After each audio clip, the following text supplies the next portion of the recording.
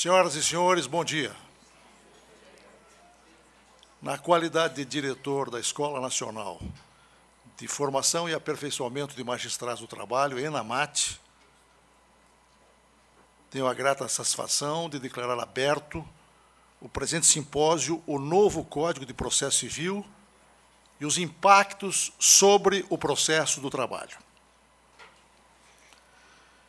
Enquanto aguardamos a chegada do nosso conferencista de abertura, professor Fred Souza Didier Júnior, que dentro de instantes adentrará o nosso recinto, gostaria de saudar a presença honrosa dos senhores ministros do Tribunal Superior do Trabalho, dos senhores desembargadores e dos senhores juízes do trabalho.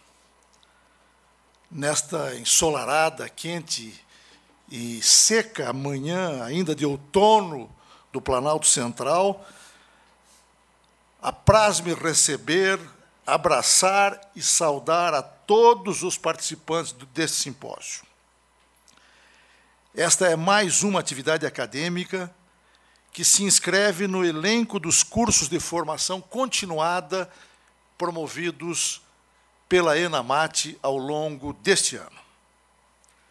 Sejam as minhas primeiras palavras, portanto, de saudação cordial aos senhores ministros, aos senhores desembargadores, aos senhores juízes do trabalho, que acorreram pessoalmente ao simpósio, bem assim àqueles que o acompanham à distância pela transmissão simultânea via internet.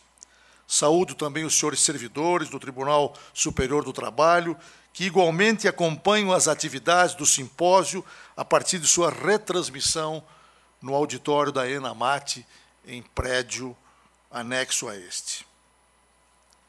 De forma particular e expressiva, saúdo os senhores professores que ministrarão as palestras e conferências deste simpósio.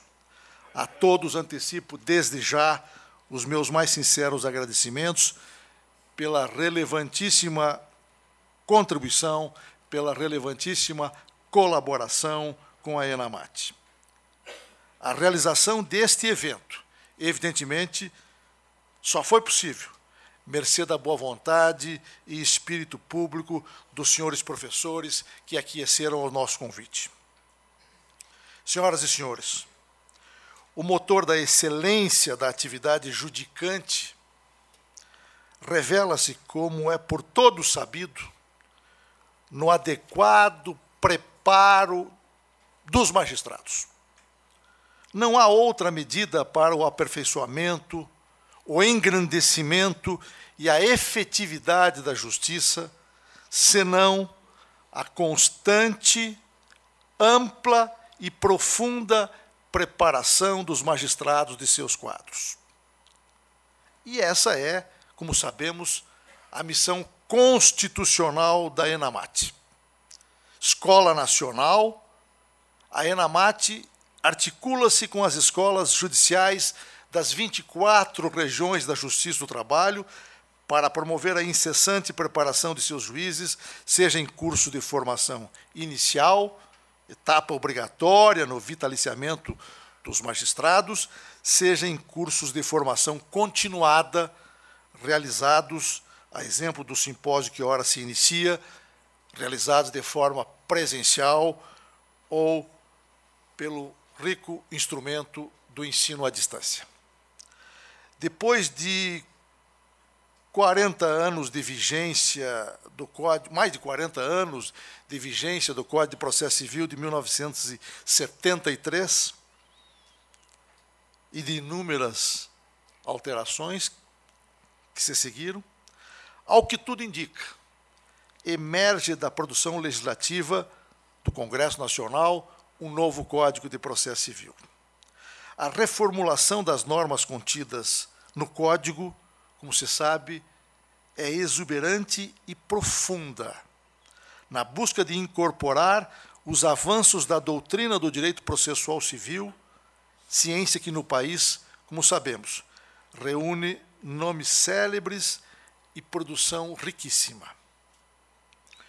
O perfil que se desenha esboça mudanças radicais, a acenar com novos padrões de processo e procedimento, a fim de enfrentar a universal, tormentosa e atormentadora questão da lentidão na outorga da prestação jurisdicional.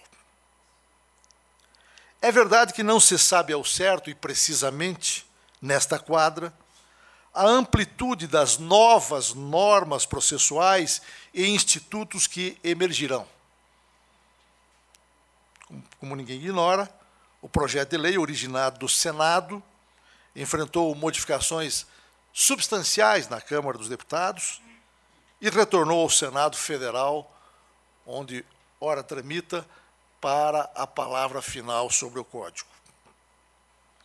Inegável, todavia, que muitas normas já estão aprovadas e é provável que disporemos em breve de uma nova normatização aplicável ao processo civil a partir da sanção do projeto de lei. Inegável, igualmente, que o processo do trabalho, no qual outrora tanto se abeberou o processo civil, hoje é nitidamente caudatário do processo civil, sobretudo devido às gigantescas dificuldades que temos para a aprovação de qualquer alteração da CLT. Isto é, essas dificuldades do ponto de vista político na aprovação de quaisquer iniciativas que alterem a CLT, inclusive em matéria processual, ficou muito evidente na recente Lei 13.015. Os senhores certamente já se deram conta de que lá, por exemplo, não se contempla multa por embargos de declaração protelatórios. O nosso anteprojeto, naturalmente, contemplava para se estabelecer a mesma simetria que há com o processo civil. A lei não contempla multa em caso de agravo manifestamente infundado de decisões denegatórias de recurso. Nós contemplávamos unicamente para manter a simetria com o processo civil, pois tudo isso foi expurgado no Congresso Nacional. E a nova lei não contempla, precisaremos nos abeberar agora, supletivamente do Código de Processo Civil para tanto.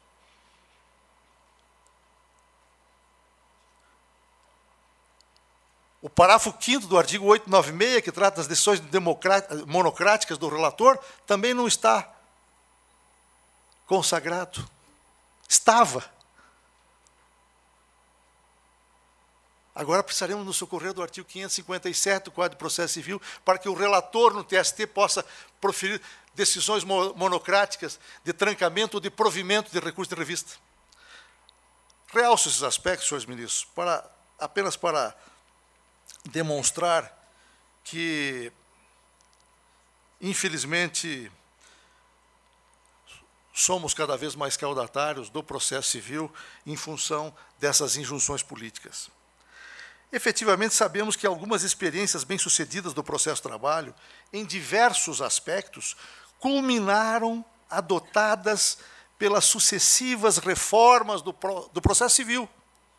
A exemplo da citação pelo meio postal, como sabemos, a exemplo da irrecorribilidade, do princípio da irrecorribilidade imediata das decisões interlocutórias, que é um corolário, como sabemos, do princípio da oralidade, e que, no processo civil, sofreu uma grande mitigação, mediante a redução do cabimento do agravo de instrumento, e é exemplo também da conciliação obrigatória promovida em 2 fases do procedimento do dissídio individual do processo trabalhista. São exemplos da influência que o processo de trabalho exerceu historicamente sobre o processo civil. Mas, se isso é certo, não menos certo que, de uns tempos a esta parte, o processo civil avança e moderniza-se de forma muito mais célere e admirável. O processo civil, por exemplo, como sabemos, promoveu recentemente avanços nos procedimentos de execução e de cumprimento das sentenças, com inegáveis ganhos na efetividade dos atos dessa fase processual. Tais medidas, inclusive, incentivaram e inspiraram o anteprojeto de lei que o Tribunal Superior do Trabalho elaborou e submeteu ao Senado Federal em 2011, reformulando a execução trabalhista. Desde 2011, está tramitando esse projeto de lei que trata de forma especial o procedimento da execução trabalhista, mas ainda não logramos alcançar a aprovação do Congresso Nacional. Mesmo sendo possível a discussão acadêmica acerca da autonomia científica do direito processual do trabalho, em cotejo com o direito processual civil, parece inquestionável que não se cuida de compartimentos estanques da ciência do direito. Ao contrário, há vasos comunicantes entre esses dois ramos da ciência do direito, e o diálogo permanente entre eles pode e deve ser encetado com proveito recíproco, a nosso ver. De sorte que o futuro Código de Processo Civil tende a impactar sobremodo o processo do trabalho, mediante a aplicação supletiva cada vez mais intensa, dadas as notórias lacunas de que, lastimavelmente, ainda se ressente a consolidação das leis do trabalho. Nesta perspectiva, entendo que incumbe a uma escola de juiz, como é de intuitiva percepção, antecipar e promover a preventiva reflexão acerca das mudanças que se avizinham, com vistas a prevenir e a fazer antever aos magistrados os avanços, os novos sistemas propostos e, desde logo, as dificuldades que a novel legislação imporá. Reunimos-nos, pois, hoje e amanhã, para aprender e debater as novidades da futura lei, na companhia de alguns dos melhores nomes do direito processual civil brasileiro, muitos dos quais pessoalmente envolvidos na assistência técnica ao Congresso Nacional no curso do processo legislativo. Senhoras e senhores, eu tenho a grata satisfação de convidar para compor a mesa e proferir a conferência inaugural o eminente professor Fred Souza Didier Júnior.